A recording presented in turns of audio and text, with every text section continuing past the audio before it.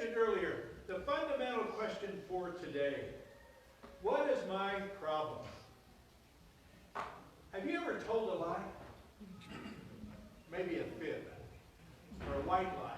Now some of you are grinning out there, so I know the answers. Or maybe you've just misled someone so that on purpose so that they would draw a different conclusion. We've all done that. You know, several years ago, one of the engineers that worked for me at Bechtel didn't want to confess that he had been charged with a DWI. And then he had time off from work, and when confronted, he lied about what he was doing in the time off. Long story short, when all of that information came to light, there were pretty severe consequences. He lost his job. You see, misrepresenting the truth, despite for whatever reason that you misrepresent the truth, fibbing, lying, a little white lie, I didn't hurt anybody's feelings. Doesn't matter what you call it. It's sin. And when you think about those events that I just described, the person lied, but why? Why do we lie, and why have you lied in your past?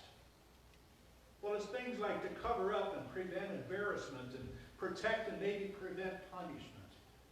Truthfully, that gentleman lied because he was a liar. As you and I are when we get caught up in those kind of circumstances. You know, just last Sunday, I was talking to one of our children who likes to fish. And I was essentially teaching that young lady to lie. I said, when you talk about your fish, exaggerate it. Tell a fish story. And I felt so bad when I finished that I had to apologize. That's not the thing you want to teach children. I mean, sure, it was in humor, but I felt really bad about it, and I'm sorry. That's okay.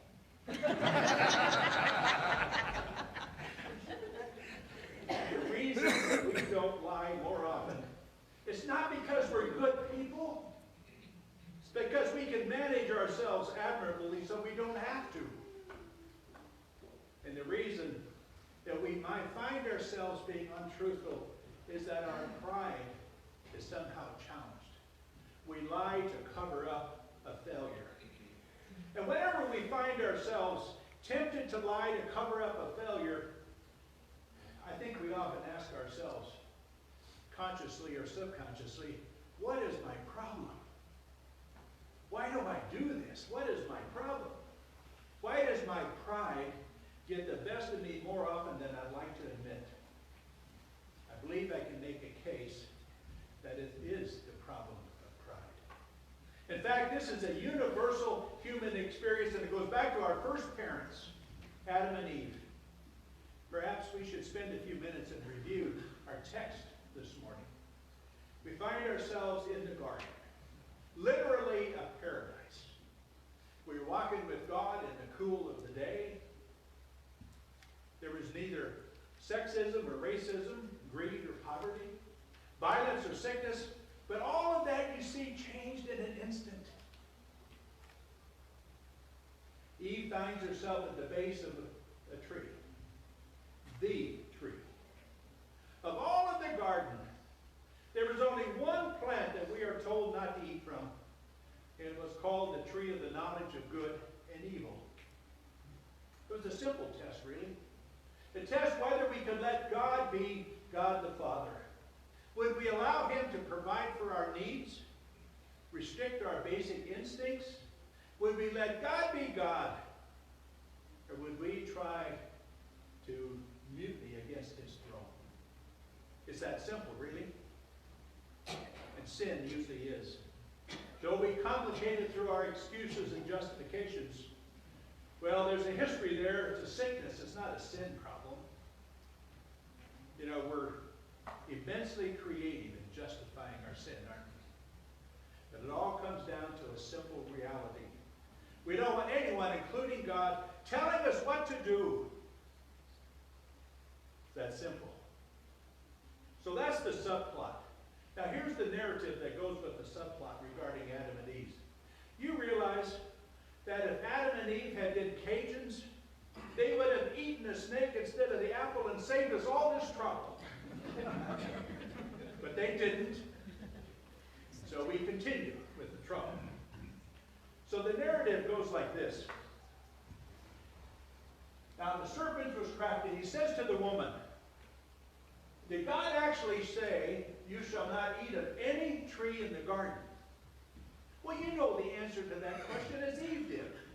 The answer is obviously no, that's not what God said. The fact is, God said we can eat of all of the trees in the garden except one. It's what she said next that is partially wrong, because she adds to a command of God. See, here's what Eve says. She answers his question, the serpent's question.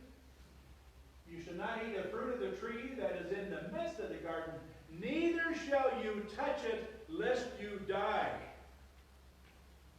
It's a simple addition, really. The addition is what I underline in that verse. But you see, the fact is, God never said that. Eve added that. She interpreted God's command to be more restrictive than what God intended. Why would she do that? Obviously, I haven't had a chance to talk to her. So we really don't know. But what we do know is that you and I often do that same kind of thing. Perhaps we think that if we can make God's commands seem overbearing, stifling, out of touch, it's easy then to justify why I break the command. It's not my fault. It's God's fault. His rules are too restrictive. And he really has no right to put extreme expectations on you and I. For example, don't have sex before marriage. Really? Everybody does that. Or how about the tithe? Come on. That's impossible. I have credit card debt already. Or how about church attendance every Sunday? Are you kidding? I actually pray better by myself anyway. So here's the bottom line. Once you cross the line of God's commands, we seem to have a ready-made excuse, and we can justify my behavior. We can justify why I do those things and enjoy the pleasure. Now, I think we got to be careful not to miss what happens next in our text. It's really telling on why we act the way that we act. So the serpent is still talking. He seems to be a real talker. You will not surely die, Eve, for God knows that when you eat of it, your eyes will be opened. You will be like God, knowing good and evil. Listen, what God is saying, or what the serpent is saying, is that God is just a killjoy. He doesn't love you. He just doesn't want you to enjoy the privileges that he does. You, Eve, could be like God. But God doesn't want that. Isn't that a statement describing our culture today? We are our own gods. We determine our own destinies. We determine what truth is for ourselves. Our entire Western world, I think, is complicit in providing these ready-made excuses for our actions. Well, Eve examines the fruit. And when she examines the fruit, she sees that the fruit was good for food. It was a delight to the eyes and desire to make one wise. And the rest is history. She eats it, gives it to Adam, he eats it. So here Eve is making three observations. The fruit was good for food, a delight to the eyes, and desirable to make one wise. All of those observations are true. In fact, they're true of all temptation. These are an adequate summary of everything that seduces us away from God, whether it's greed or lust or pride or ambition or whatever your pet vice happens to be. If we fast forward to the New Testament and we go into the Apostle John's first letter, here's how he summarizes it He says, for now that is in the world, the desires of the flesh, the desires of the eyes, and the pride of life. None of that is from God. All of that is from the world. John is really saying that there are only three possible temptations. The pride of passion, that's the lust of flesh. The pride of possession, the lust of the eyes. And the pride of position, the boastful pride of life. Your particular vice may differ from mine, but at the end of the day, it all boils down to pride.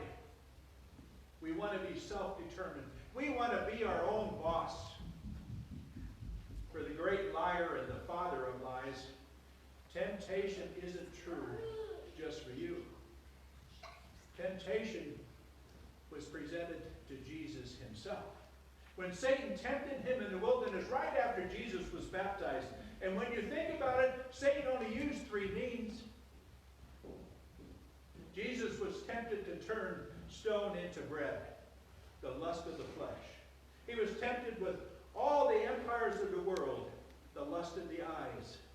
And he was tempted to show off by throwing himself off the pinnacle of the temple, the boasting, the pride of life.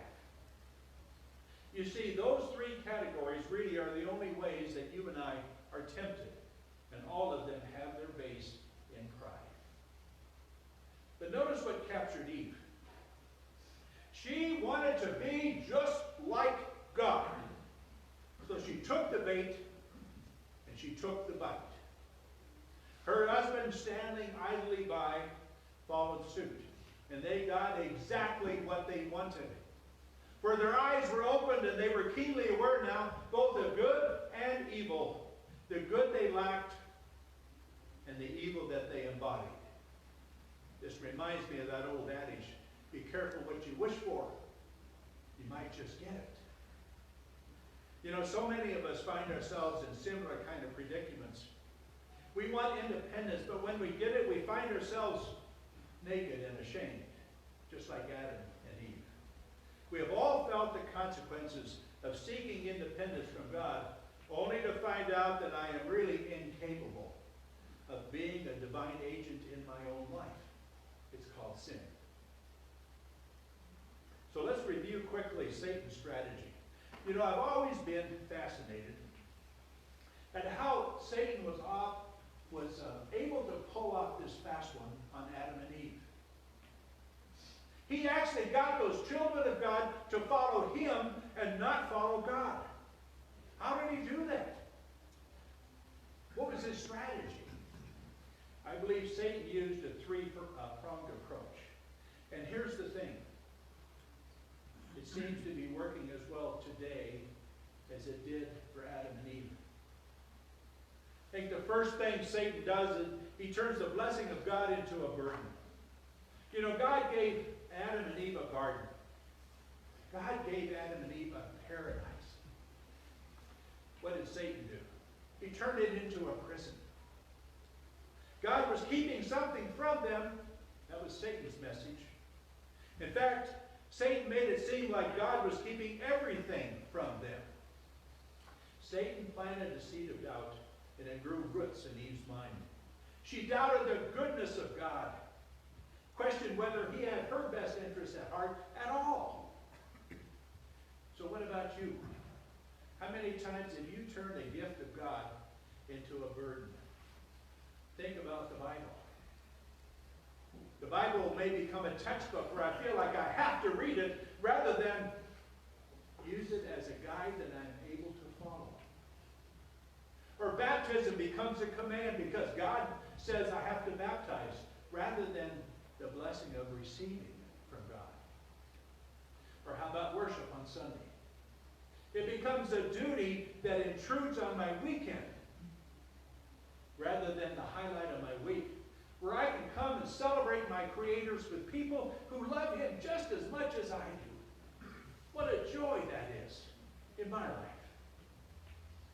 Wow, is Satan ever effective at turning the blessings of God into seeming burdens? I think the second thing that Satan does is he tells half-truths that become deception. Satan seldom outright lies. You and I are too clever to fall for lies. Rather than saying to Eve, there will be no consequences if you eat of that tree, we wouldn't buy into that, would we? Eve wouldn't have either.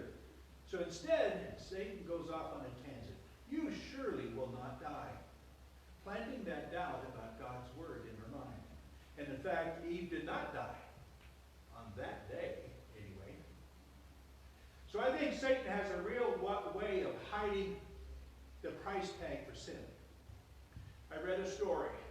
This is really a sad story about a man named Rick who discovered the hidden price tag for sin way too late.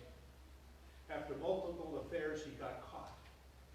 And only then did Satan begin revealing the price tags. And I'm here to tell you, every price tag had a name on it. The first price tag was his wife. The second price tag was his daughter. The third price tag was his church, where he was the pastor. And the fourth price tag was the Bible college he graduated from, who will no longer ever refer him for service. One by one, all of these price tags were revealed to him until his home, his ministry, his health, his friendships all crashed and burned. Even now, years later, years down the road, those price tags keep appearing in the form of holidays, family reunions, grandchildren. You know, for some, it comes in the form of abuse, maybe addiction, greed, lust, anger. The list is so long, but it all comes down to pride, as Adam and Eve discovered. And all Satan really did was to promise the seductive lie that Adam and Eve could be their own God. You know, each of us is made in the image of God. You know, we've talked about that for the last 2 weeks. So we have enough of the nature of God in us to desire to be worshipped, to desire to be independent, to desire to be self-determining.